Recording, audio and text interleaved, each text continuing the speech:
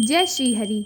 क्या आप जानते हैं एक ऐसी एकादशी भी है जो अनजाने में किए गए पापों को नष्ट कर देती है। माघ मास की कृष्ण पक्ष की वह पवित्र तिथि जिसे शास्त्रों में षटतिला एकादशी कहा गया है।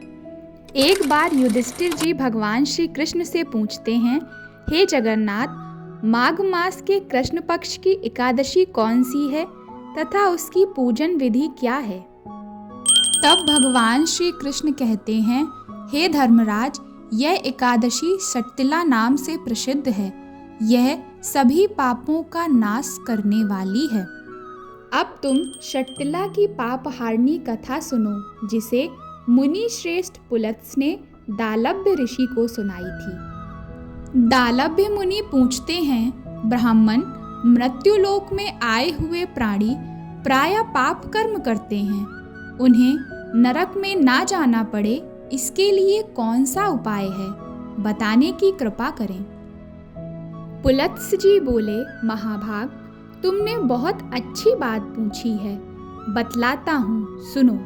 माघ मास आने पर मनुष्य को चाहिए कि वह नहा धोकर पवित्र हो, इंद्रियों को संयम में रखते हुए काम, क्रोध, अहंकार, लोभ और चुगली आदि बुराइयों को त्याग दे।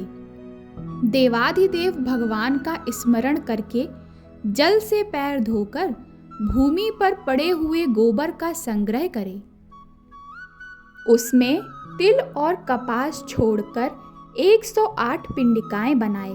फिर माघ माह में जब आद्रा या मूल नक्षत्र आए, तब कृष्ण पक्ष की एकादशी करने के लिए नियम ग्रहण करे।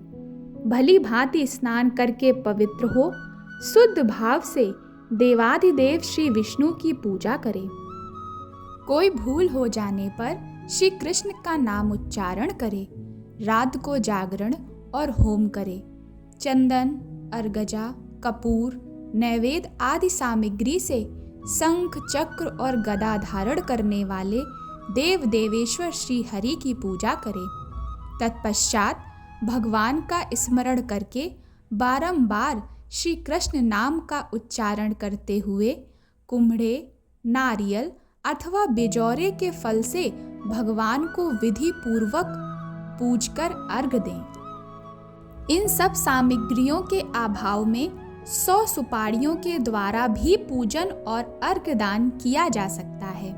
पूजन करते समय भगवान से इस प्रकार प्रार्थना करें, हे सच्चिदानंद स्वरूप श्री कृष्ण, आप बड़े दयालु हैं। हम आश्रयहीन जीवों के आप आश्रयदाता होइए। पुरुषोत्तम, हम इस संसार समुद्र में डूब रहे हैं, आप हम पर प्रसन्न होइए। हे कमल नयन, आपको नमस्कार है। सबके पूर्वज, आपको नमस्कार है। हे जगतपते, आप लक्ष्मी जी के साथ मेरा दिया हुआ अर्घ्य स्वीकार करें। तत्पश्चात ब्राह्मण की पूजा करें, उन्हें जल का घड़ा दान करें, साथ ही छाता, जूता और वस्त्र भी दें। दान करते समय ऐसा कहें, इस दान के द्वारा भगवान श्री कृष्ण मुझ पर प्रसन्न हो।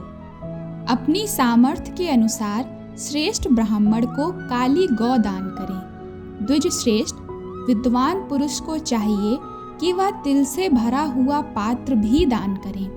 उन तिलों के बोने पर उनसे जितनी शाखाएं पैदा हो सकती हैं, उतने 1000 वर्षों तक वह स्वर्गलोक में प्रतिष्ठित होता है। इस दिन 6 तरह से तिल का उपयोग करना चाहिए।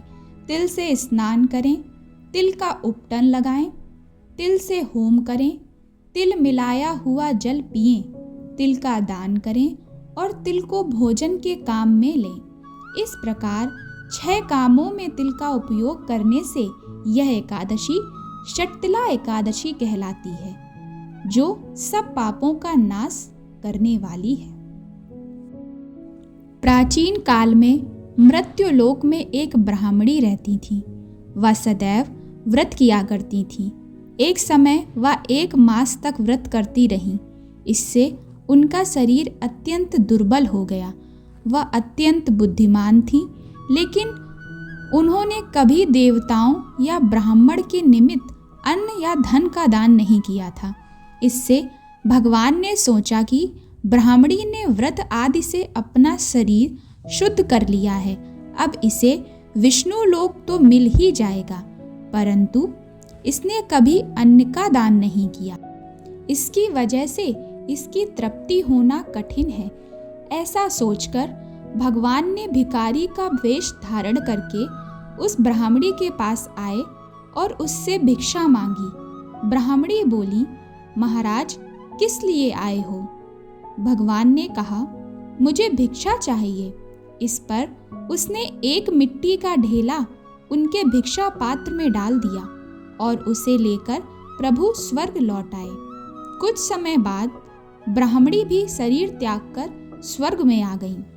उस ब्राह्मणी को मिट्टी का दान करने से स्वर्ग में सुंदर महल मिला, परंतु उसने अपने घर को अन्न आदि सब सामग्रियों से शून्य पाया।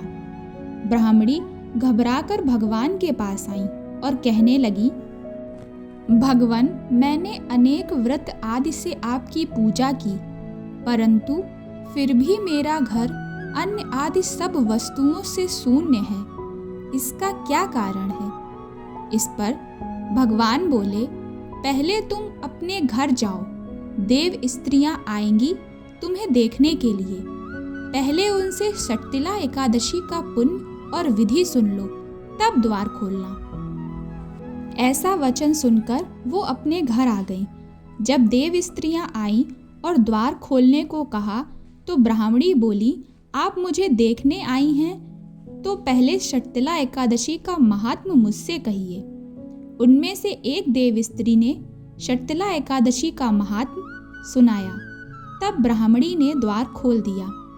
देवंगनाओं ने उसको देखा कि ना तो वह गंधर्वी हैं और ना ही आसुरी हैं, वरन पहले जैसी मनुष्य ही हैं।